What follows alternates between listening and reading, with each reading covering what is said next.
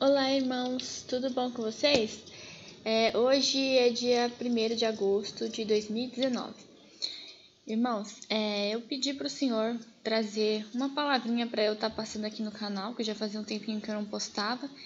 E eu pedi para o Senhor me dar alguma coisa e me veio na mente uma imagem de um espelho.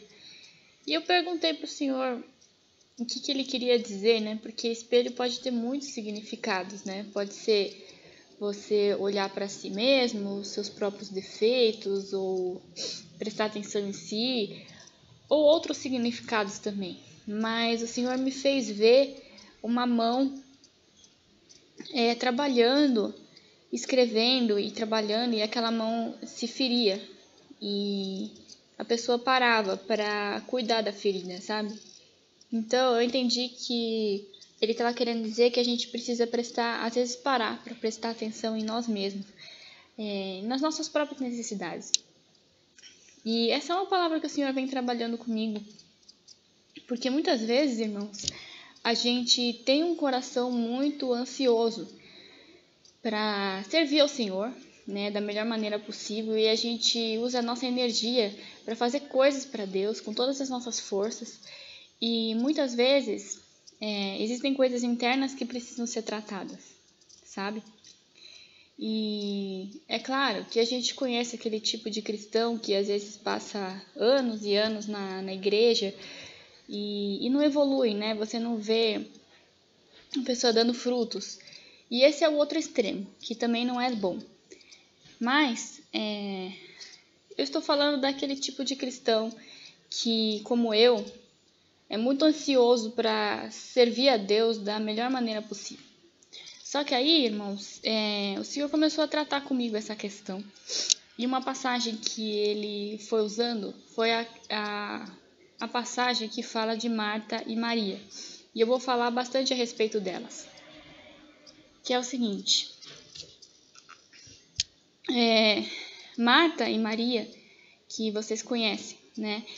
Eram duas irmãs. E cada uma tem uma personalidade diferente.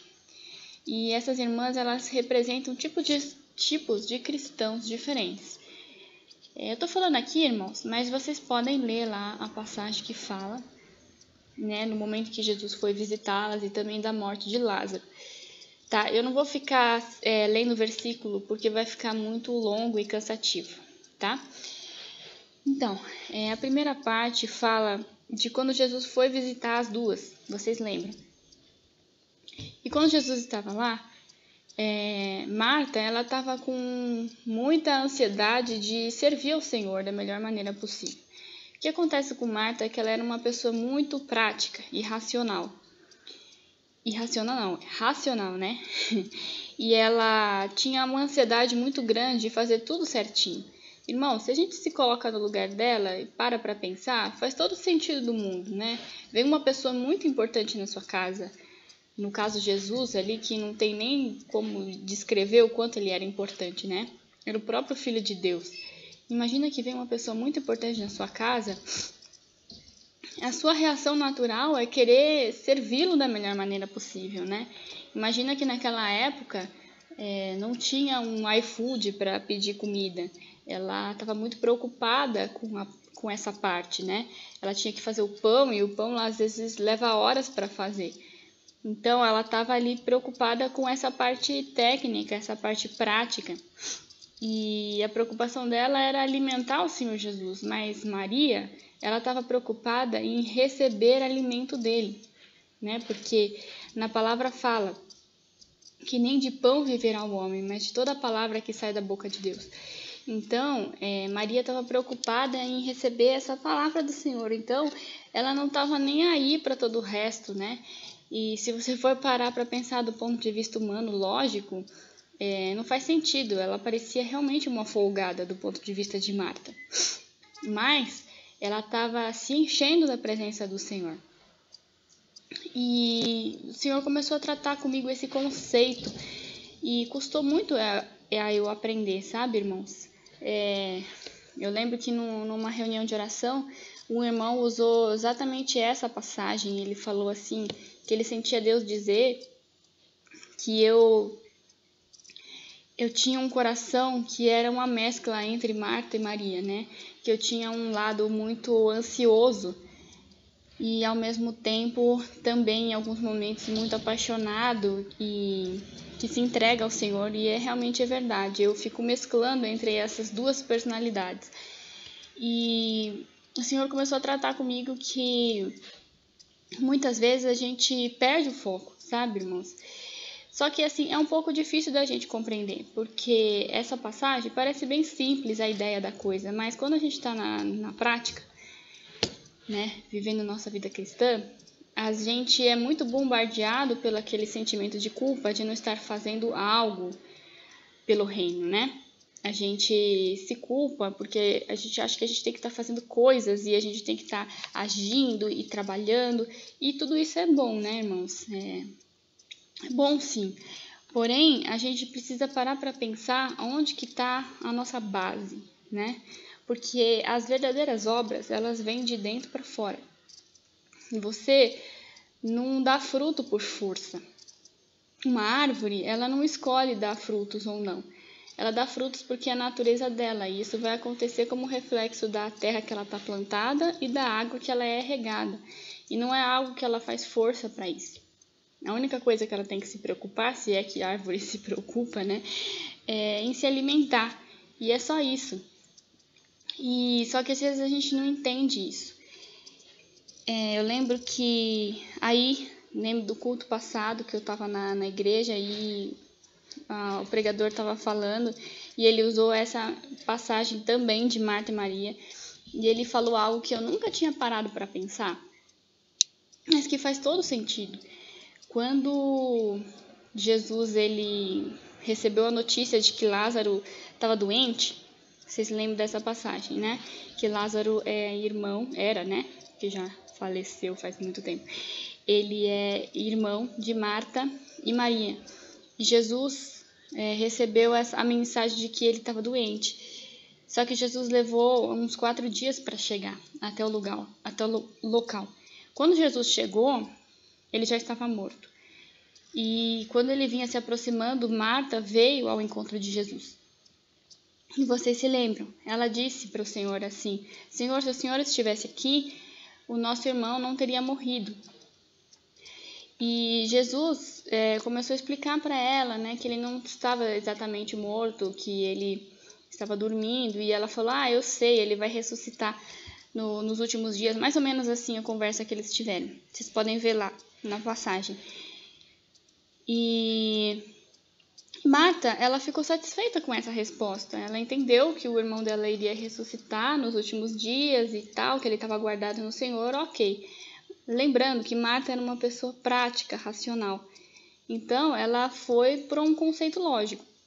E ok, depois veio Maria. E quando Maria chegou, ela disse exatamente a mesma frase. Ela disse: Senhor, se o Senhor estivesse aqui, nosso irmão não teria morrido. Ela disse exatamente a mesma frase, porém a resposta de Jesus foi totalmente diferente para ela do que foi para Marta. A Bíblia fala que Jesus chorou. A resposta de Jesus foi um reflexo da própria Maria, porque Maria era mais emocional, ela não se preocupava com coisas racionais, ela derramava suas emoções aos pés do Senhor. Então, Jesus sentiu o sentimento dela, porque o relacionamento de Jesus com Maria era diferente do relacionamento de Jesus com Marta. Não é que ele não amasse Marta, mas era diferente, sabe, irmãos? Maria tinha um relacionamento com Jesus mais profundo, né?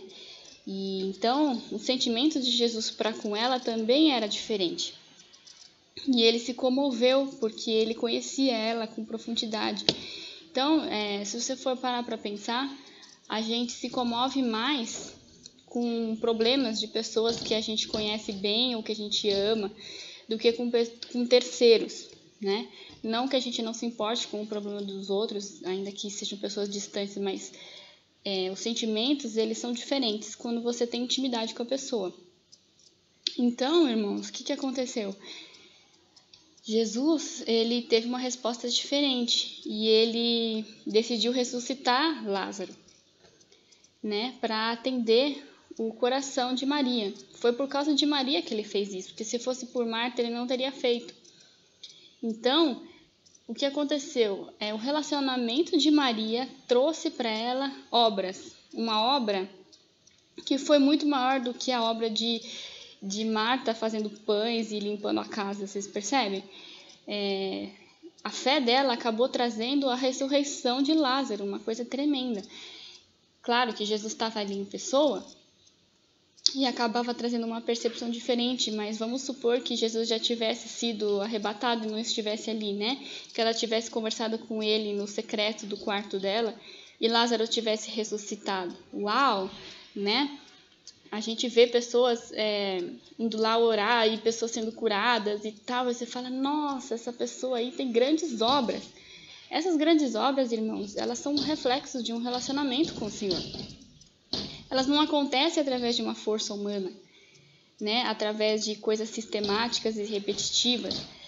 E muitas vezes a gente faz isso, a gente quer trazer frutos para Deus através da nossa própria força física, né? Da nossa força humana, do nosso braço. E a gente não entende que as obras e os frutos, eles vêm de um relacionamento com o Senhor. E foi o que Maria fez, ela deu prioridade para isso. E aí, irmãos, tem uma passagem que diz exatamente isso que eu estou falando para vocês. Espera aí que eu vou pegar aqui e eu vou ler para vocês verem. Tiago 2,18. Ele fala, mas dirá alguém, tu tens fé e eu tenho obras. Mostra-me a tua fé sem as obras e eu te mostrarei a minha fé pelas minhas obras. Então, irmãos, o que ele está querendo dizer com isso? Que as obras, as verdadeiras obras, elas são um reflexo da fé. E a fé, ela vem pelo relacionamento com Deus, né? Porque fala, a fé vem pelo ouvir e o ouvir a palavra de Deus. Óbvio que a palavra de Deus que ele está querendo dizer aí é o relacionamento com Deus, né? Não é só ler a Bíblia, mas buscar a presença do Senhor e ouvir ele falar. Ou seja, grandes obras vêm através do relacionamento com o Senhor. Então, Deus começou a me incomodar, né, com isso, porque muitas vezes eu me culpava, irmãos, me culpava demais, porque eu queria ser uma boa serva, eu queria fazer as coisas certo, eu queria servir, eu queria fazer tudo o que fosse necessário, e isso é bom, irmãos, isso é legal que a gente tenha essa mentalidade de querer servir bem ao nosso Senhor, mas a gente precisa prestar atenção para ver como é que a gente deve servi-lo. O que é que o agrada?